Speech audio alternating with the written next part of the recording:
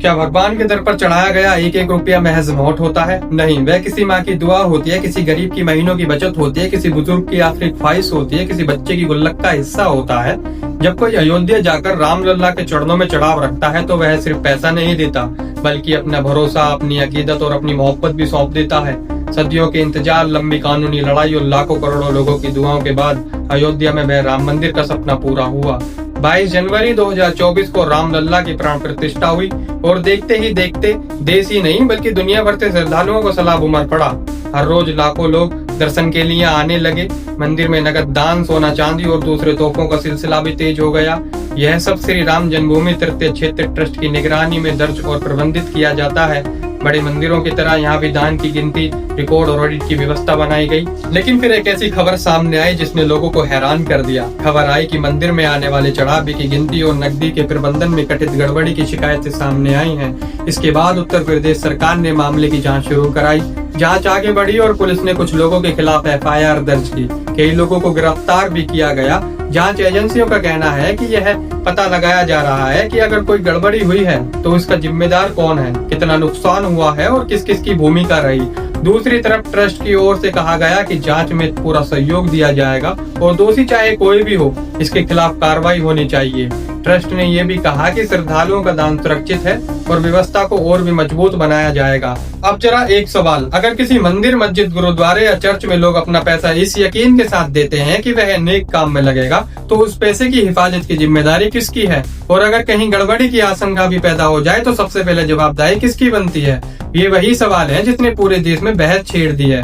कुछ लोग कह रहे हैं कि अगर छोटी सी दुकान का मालिक रोज हिसाब रख सकता है तो करोड़ों के चढ़ावे का हिसाब बिल्कुल साफ और सार्वजनिक क्यों नहीं होना चाहिए। वहीं दूसरी तरफ कई लोग भी कह रहे हैं कि जब तक अदालत या जांच एजेंसी किसी को दोषी साबित न कर दे तब तक किसी व्यक्ति को चोर कहना या उसे अपराधी घोषित करना इंसाफ के उसूलों के खिलाफ है। सोचिए, अगर किसी अस्पताल में दवा गायब हो जाए तो मरीज का भरोसा टूटता है। अगर किसी स्कूल की किताबों का पैसा गायब हो जाए तो बच्चों का हक मारा जाता है।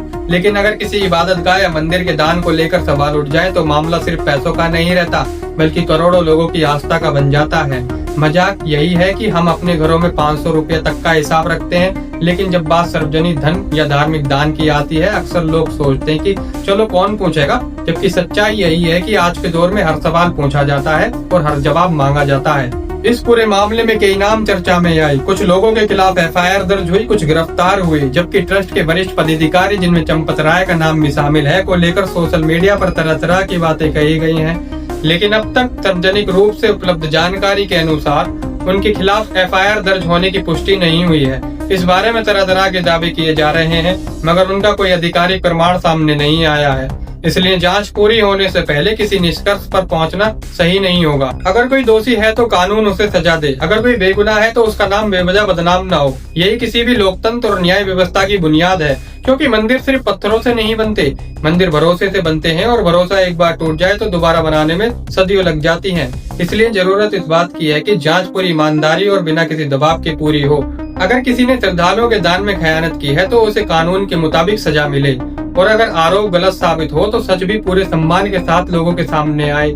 आखिरकार भगवान के दरबार में देर हो सकती है, अंधेर नहीं। अगर आप चाहते हैं कि मैं आपको इसी तरह हर बड़ी खबर की तक जाकर आसान जुबान और तथ्यों के साथ जानकारी देता रहूं, तो मेरे चैनल द वाजिश 01 को जरूर सब्सक्राइब करें। आपका एक सब्सक्राइब मेरे लिए एक नंबर नहीं बल्कि यह भरोसा है सच बोलने और सही जानकारी पहुंचाने की। मेरी कोशिश जारी रहनी चाहिए। अगर वीडियो पसंद आया हो तो लाइक करें और अपने दोस्तों और परिवारों के साथ शेयर करें, और कमेंट करके जरूर बताइए कि अगली वीडियो आप इस मुद्दे पर देखना चाहोगे। मैं फिर हाजिर होऊंगा एक नई खबर, एक नई खुलासे और नई जानकारी के साथ।